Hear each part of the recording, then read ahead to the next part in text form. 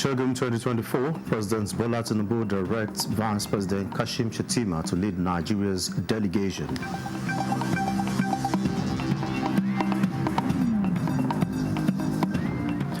All Progressives Congress on rampage in Kogi and Kaduna State clears local government elections.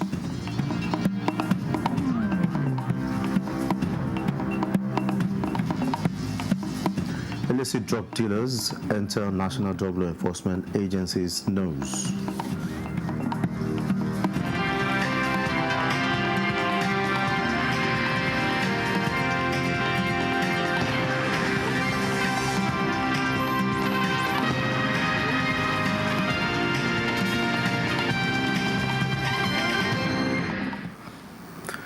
Hello and welcome to the News Desk at 3 on NTA News 24. We are reaching you live from Abuja. I am Olajide Bello. Vice President Kashim Shettima is to lead Nigeria's delegation to the 2024 Commonwealth Heads of Government meeting as directed by President Bola Tinubu.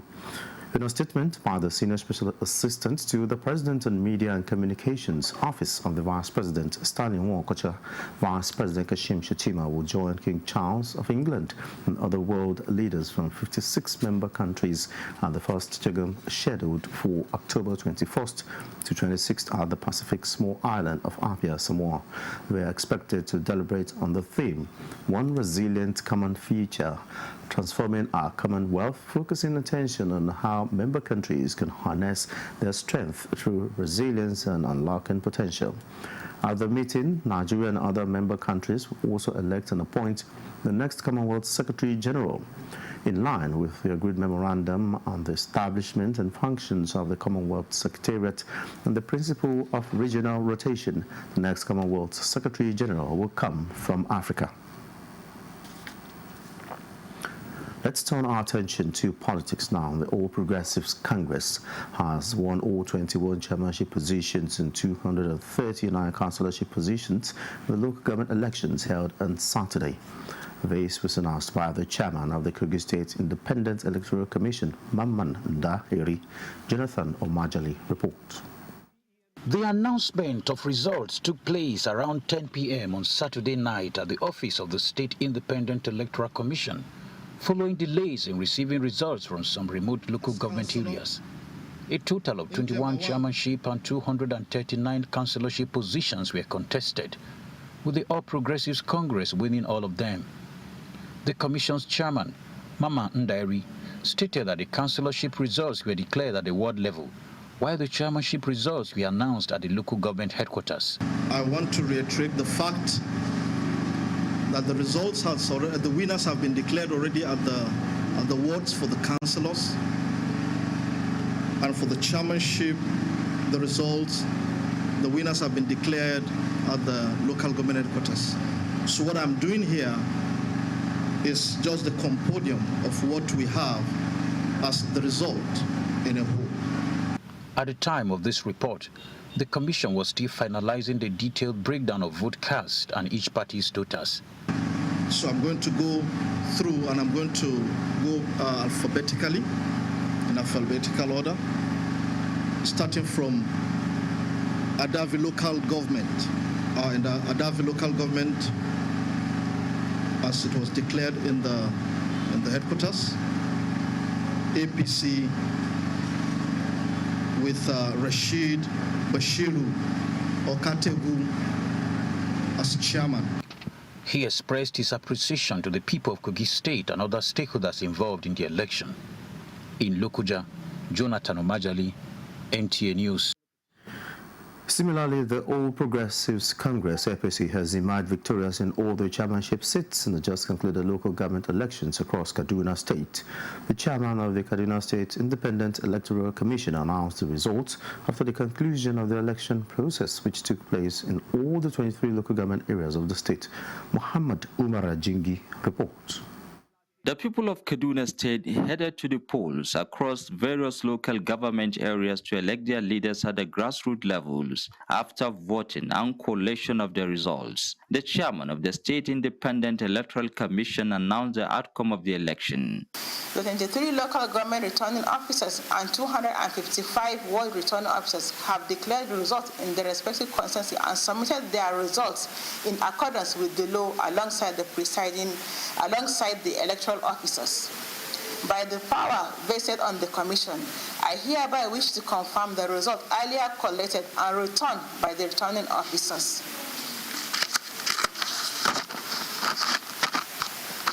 I'm confirming these results as follows. APC won the 23 local government chairmanship position and the 23 and 255 ward councillorship position across the state. Earlier, while casting his ballot, the governor commended the citizens for the peaceful and orderly manner in which they conducted themselves in exercising their democratic rights. It's largely peaceful, fair and transparent. I also call on other political parties to also agree with the fact that in election there must always be a winner and loser. So in my own opinion, we must always accept the verdict because we are Democrats. The election took place across all the 23 local government areas of the state. In Kaduna, I am Muhammad Umarajingi, NTA News. Still on politics, chairmen of political parties have joined the United Nations Women to unveil a task team to monitor the implementation of commitments, validation of terms of reference, and as well as draft an action plan for further advanced efforts towards gender equality in politics ahead of the 2027 general elections. Timothy Yusuf reports on the event held in Abuja. Confirmed stakeholders gathered here believe that Nigeria faces significant challenges in achieving gender equality in political representation, with women observed in being underrepresented in political structures despite the country's national gender policy and commitments to international agreements. And we hope that the outcome of this meeting will lead to even greater results that ensures that women are properly included in politics and better society at large. To address this, a high-level dialogue in September 2023 led to the endorsement of the Nigerian Women Demand Charter by all political parties, aimed at increasing women's political participation. We urge all political stakeholders to join us in this commitment as we work together to promote gender-sensitive policy and programs with the ultimate aim of increasing women's representation in leadership positions across the board. Let us work together towards a future where women are not only participants but also leaders in our democracy.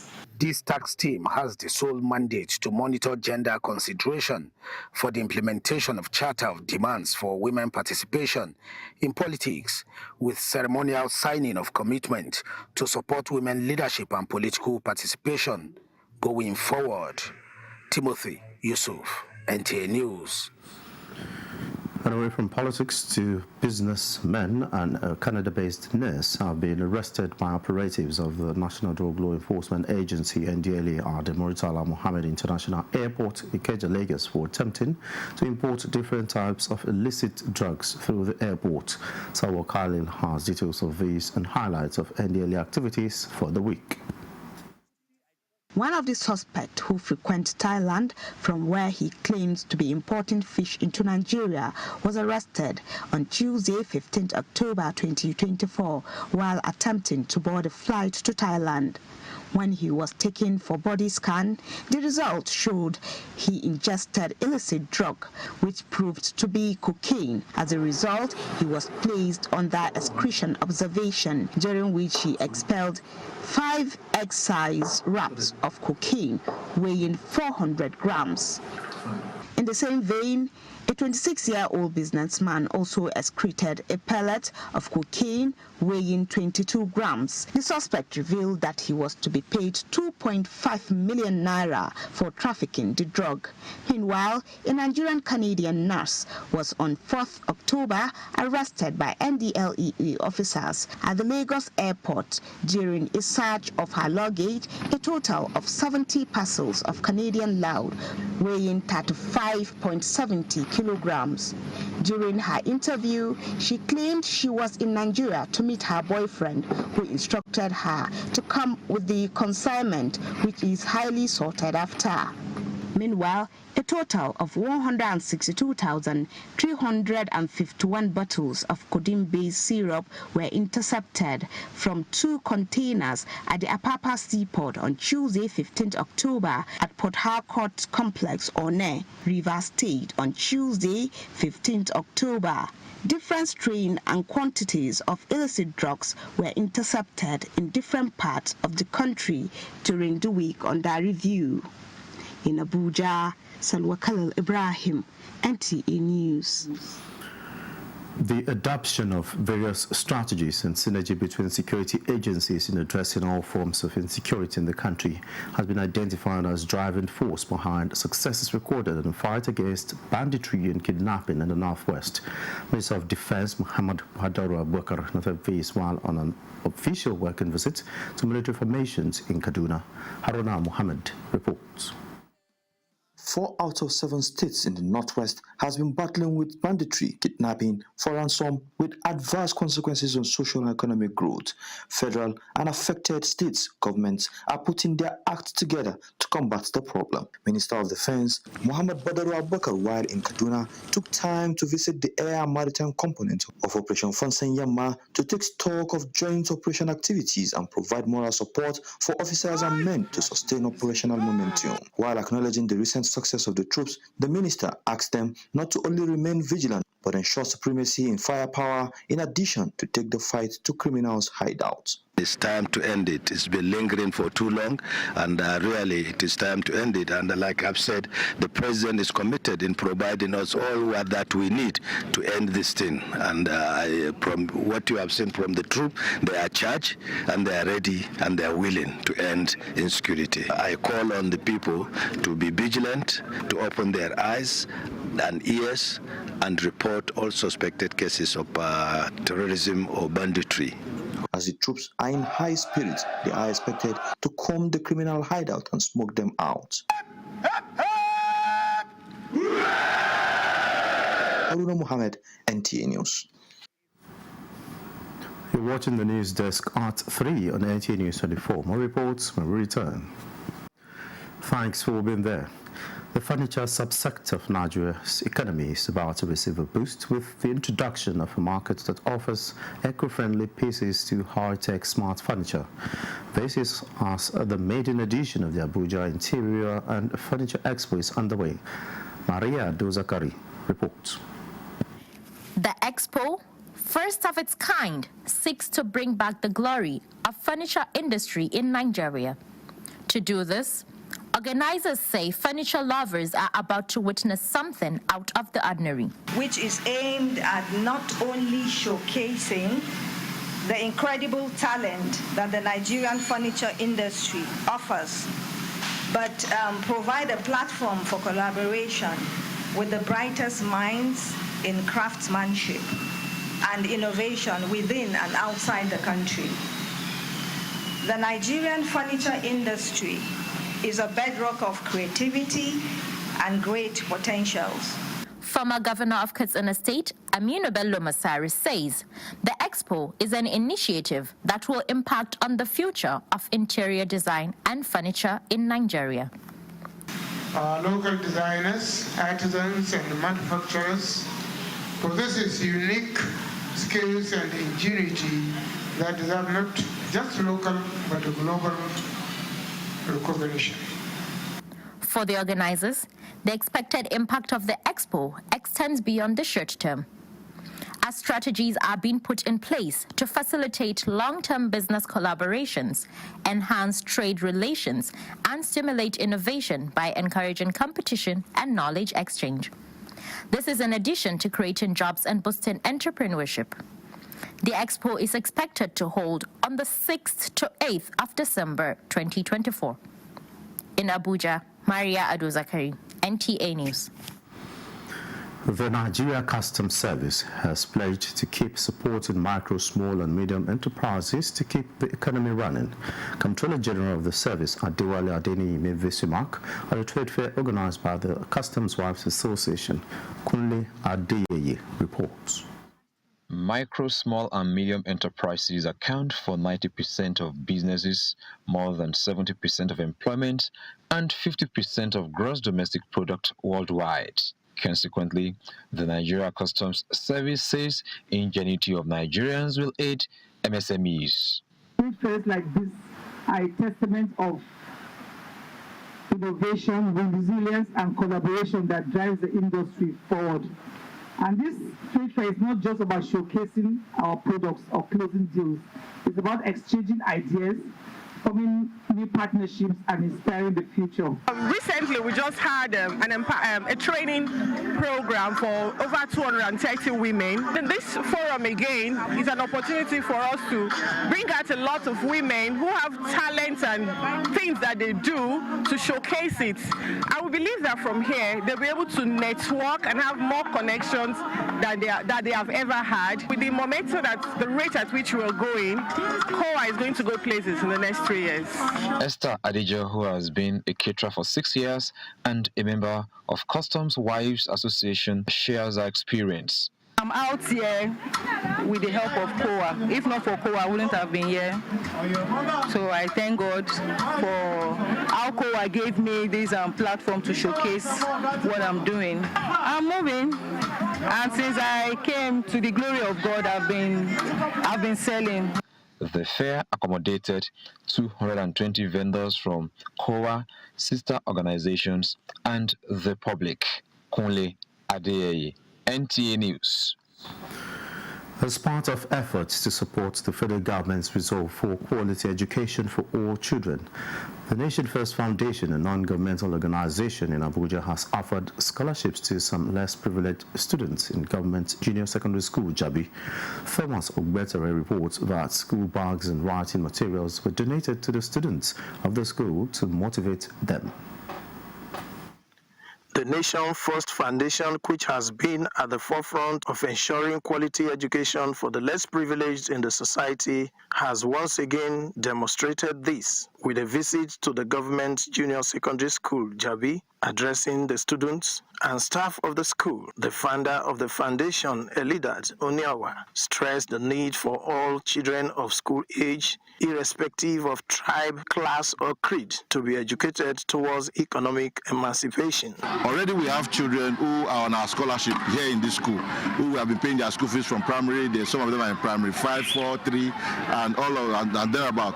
So we are also here today to select some more children that will be sent to school.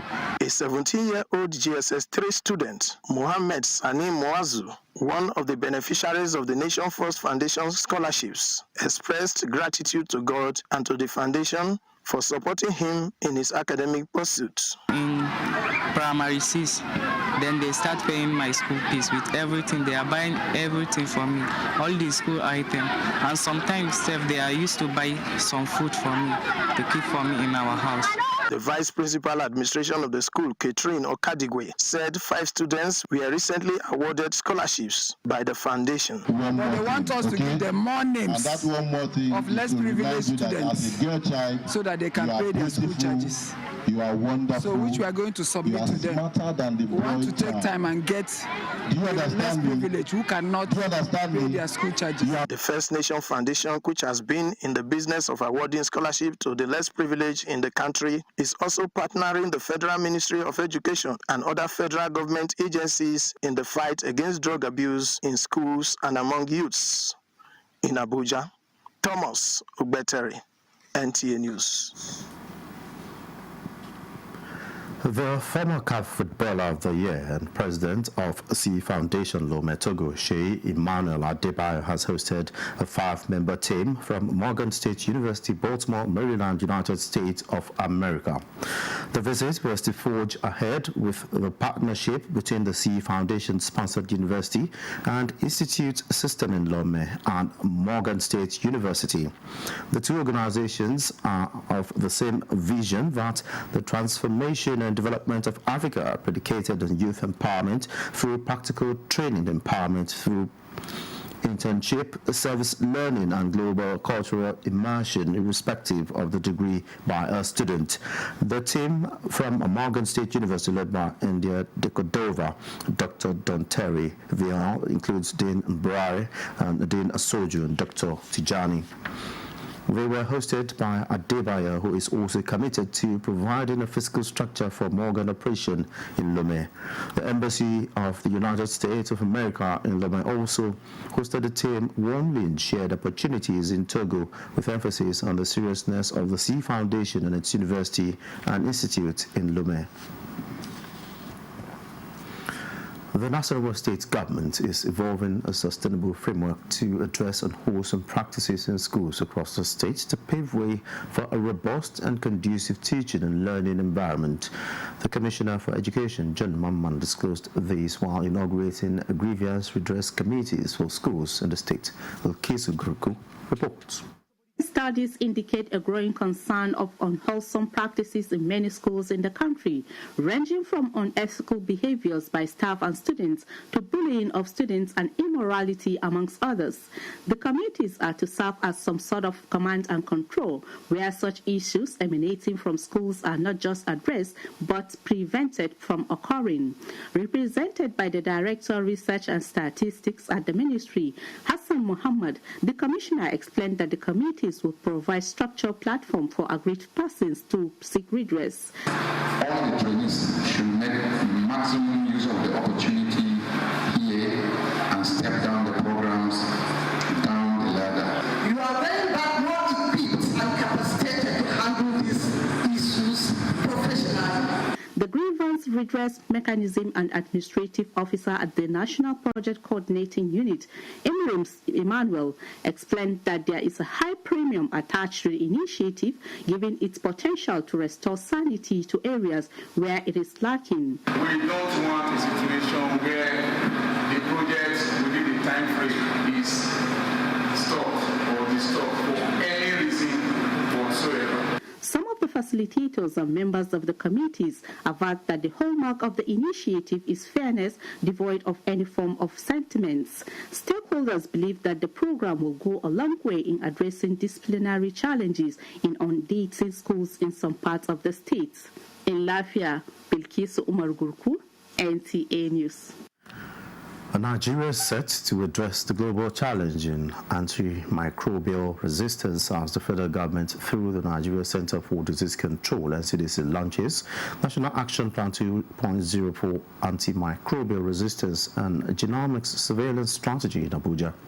Coordinating Minister of Health and Social Welfare Professor Ali Pate said the action plan is part of fulfilling Nigeria's commitment at the last United Nations General Assembly in New York. Olusheye Adiagbo has details. Antimicrobial resistance, AMR, is a critical global health threat projected to cause 10 million deaths annually by 2050, with Nigeria already facing over 64,000 deaths since 2019. Honored to formally launch the second National Action Plan on Antimicrobial Resistance. Very good. Next, we pick the National Genomic. The launch of these two health strategies, the National Action Plan 2.0 for Antimicrobial Resistance and the National Genomic Surveillance Strategy, established the Nigerian government's commitment to tackle AMR in the next 5 years. We are committed to integrating genomic technologies into all aspects of our work.